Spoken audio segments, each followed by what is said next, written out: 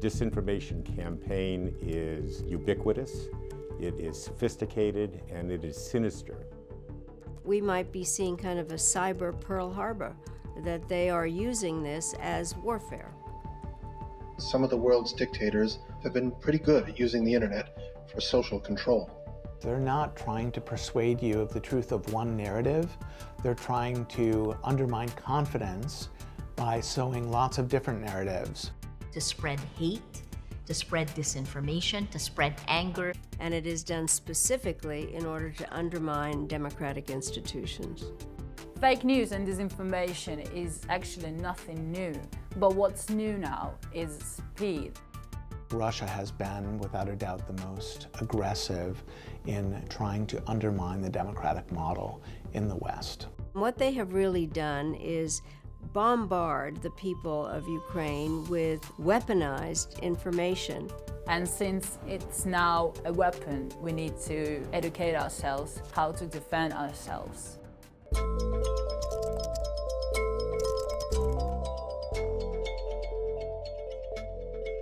StopFake is a fact-checking website, and we launched it in March 2014.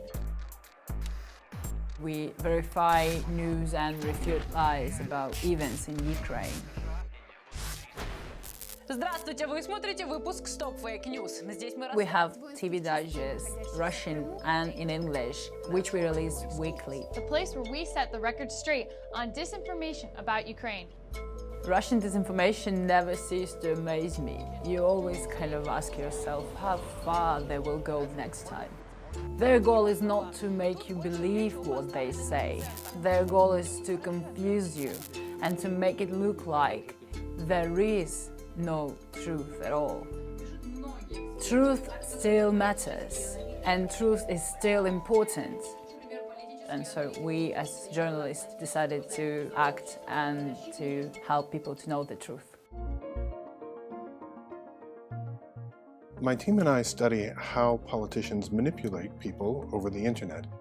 The mixture of things we study involves highly automated accounts, or bots, and what we call trolls. We recently did a study of 40 countries, some authoritarian regimes and some democracies. And in every country, we found some kind of organized trolling or automated activity. There are examples of fake news being used by the far left and fake news being used by the far right, but the right tends to do it much more aggressively. The pace of communication tends to be much higher.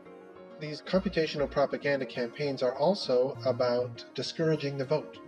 In one case, we found bots that were trying to convince voters that the vote had been canceled. We found another campaign to convince voters that you could telephone your vote in. This is a global and pervasive problem that is really going to slow down the spread of democracy if we don't take care to do something about the problems now. Rappler is the information that ripples through society for change. Our end goal was to combine the ethics and the discipline of traditional journalism with technology, and then to embrace our community, to build communities of action. We in Rappler believe that solving our nation's problems begin with stamping out corruption. We began to build a database of what we began to call the propaganda machine that was actively working to shape and to spread anger and hatred. In one of our stories, we saw that 26 fake accounts could actually influence up to 3 million other accounts. Part of the reason we've come under attack is precisely because we're telling people, hey, you're being manipulated. I got an average of 90 hate messages per hour. And per hour, we will not be afraid. We will continue to report exactly what we see because we believe our public needs this. This is a moment that will define Rappler and our country. We're going to be there.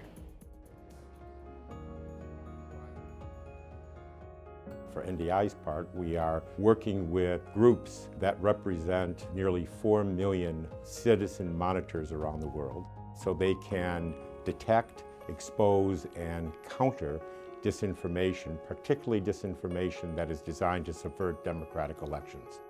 One of the things that we've been working with tech companies on is how they can do a better job of designing for democracy and offering a broad range of choices that allow users to access genuine democratic discourse and filter out some of the junk news. We are carrying out new types of public opinion research that can help identify populations that are most vulnerable to disinformation and to find out the most effective means to get facts to those populations.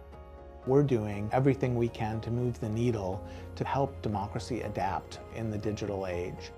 We won't be able to defeat lies quickly, but we will in the end, because truth will prevail. And I do believe that.